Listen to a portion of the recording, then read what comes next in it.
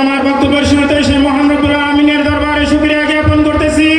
জয় মহান রব্বুল আলামিন আজকে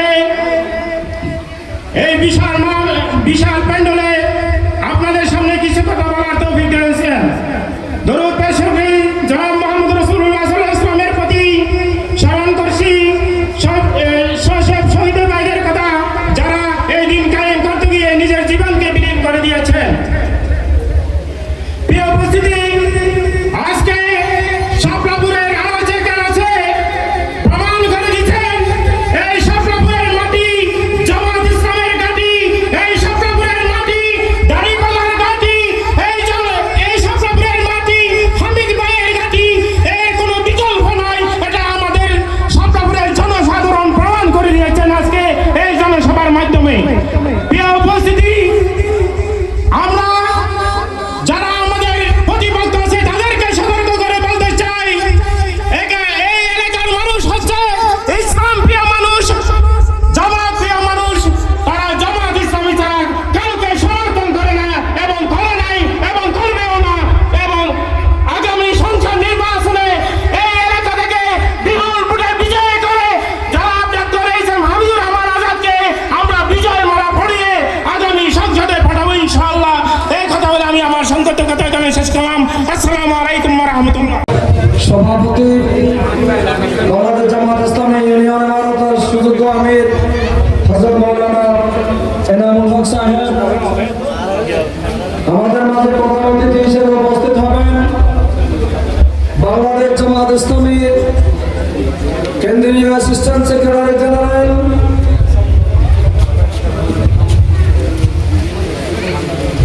বিশিষ্ট রাজনীতিবিদ জনাব আলহাজ ডক্টর এইচ.এম. হাবিবুর রহমান আজাদ মহোদয় আমাদের মাঝে উপস্থিত হয়েছেন।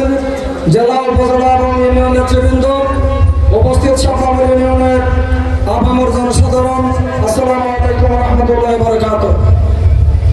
সম্মানিত উপস্থিতি, সময়ের স্বল্পতার কারণে আমি দীর্ঘসূত্রিতায় যাব না, শুধু একটা কথাই বলাই আমি আমার আলোচনা শেষ করতে যাচ্ছি।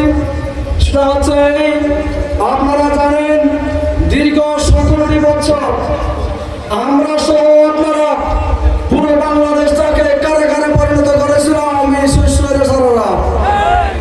সেই স্বৈরাচারের আমল অতিবাহিত হওয়ার পরে আমার দেশের আমার ছেলেদের রক্তের বিনিময়ে এদেশ থেকে তারা চিরতরে মূলোৎপাটিত হয়ে শুধু মন্ত্রী আমরা নয়, এদেশের মসজিদের ইমাম পর্যন্ত যারা তাদেরকে সমর্থন করত তারা এখান থেকে পালাতে বাধ্য হয়েছে। শুধু তাই নয়, আমার দেশের যারা আমলা তারা আমাদেরকে বিভিন্নভাবে অসহযোগিতা করেছে।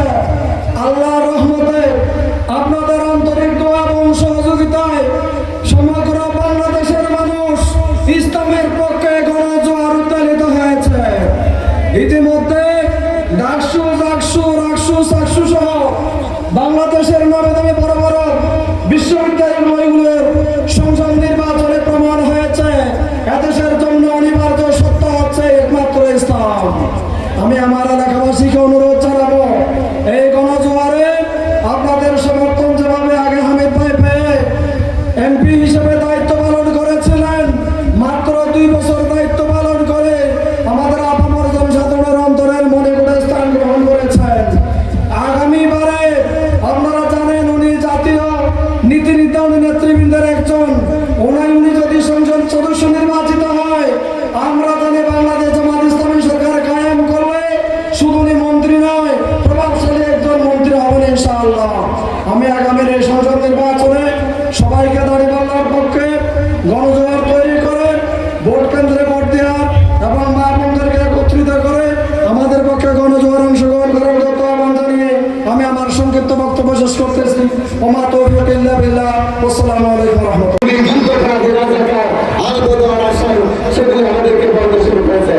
আমরা আমাদের ভাষা করি, আমাদেরকে যারা রাজাকার বলবে আগামী আমাদের সরকার হবে তাদের কারণ আমার পারবে কিনা? সম্মানিত ভাইরা, আমাদের মহাজনদেরকে ভুল করতে দেবে অনেকভাবে হেনস্থা করা হয়। তারা বাংলাদেশ জামাত ইসলামের নামে আর কোনো বাংলাদেশ জামাত ইসলামের নামে নানা অপবাদ দিতে থাকে। সম্মানিত ভাইরা, সেই দিন আর দিন নাই, এখন তারুণ্যের দিন, এখন যুব সমাজের দিন, এখন পরিবর্তনের দিন, এখন জামাত ইসলামের দিন, এখন দাঁড়িপাল্লার দিন, এখন ইসলামের দিন, এখন আল কোরআনের দিন। আল কোরআনকে যদি আপনারা সংসদে ভরা চান, সংঘবদ্ধভাবে বাংলাদেশ জামাত ইসলামের হাতকে দাঁড়িপাল্লার প্রতীককে আগামী সংসদে পাঠানোর জন্য উদার্ত আহ্বান জানিয়ে আমি আমার সংক্ষিপ্ত শেষ করলাম। ওয়া মা আলাইহিল বালাগ। আসসালামু আলাইকুম ওয়া রাহমাতুল্লাহ।